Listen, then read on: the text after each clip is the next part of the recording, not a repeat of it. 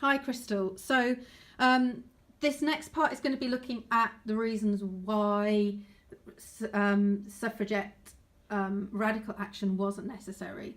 So one of those is the fact that the work of the suffragists demonstrated that women could be rational, that they were rational thinkers, and that helped to prove why they should get the vote. It sort of helped to change that paternalistic male-dominated political system.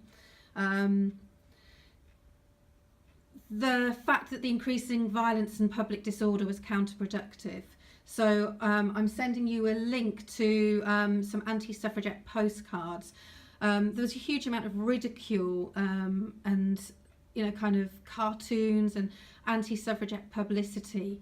So, and their violence was just mocked by the kind of the ruling elite. Another reason is, several reasons are all kind of linked to the First World War. One is that obviously during the First World War, the suffragettes, I'm trying to see whether I've put this on there. Yeah, the suffragettes supported the First World War, and they kind of called for sort of being patriotic, and that won them public support, which you put in your essay. World War I radically changed attitudes. I think that's something that you need to explore, how that changed people's attitudes to everything. So therefore that might be something that you want to include. Another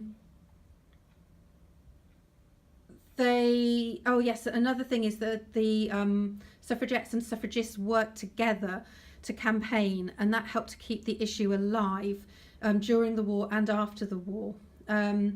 And so after the war, in sort of the changed kind of attitude that people had, the government was far more receptive to this issue. Another factor is the fact that Lloyd George, as Prime Minister, was highly supportive of women's suffrage.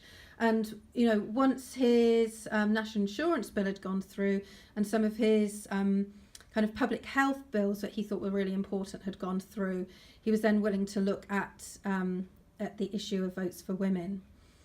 Another reason is to do with the fact that the actual radical action that the suffragettes used actually split the suffragettes. And so you had kind of break-off branches of the suffragettes. So, for example, the Women's Freedom League and the East London Federation of Suffragettes. And this obviously weakened the suffragettes. So I think kind of if you consider sort of all of these issues, so if I kind of pan back, tripping over things, you probably won't be able to read any of that, actually it's all too small.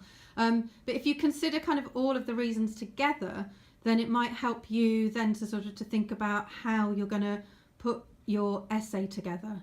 You've got a lot of that information already. There's just a few things that perhaps could be added. And as I say, I'm going to send you a link which has some additional information which will hopefully help you. So it took me probably about half an hour sort of to get the links and to put that onto the board, and obviously quite a long time to talk to you about it. But I'll talk to you again on Tuesday. I'm sure that you're going to be able to smash this and get the grade that you want for this. Okay, thank you.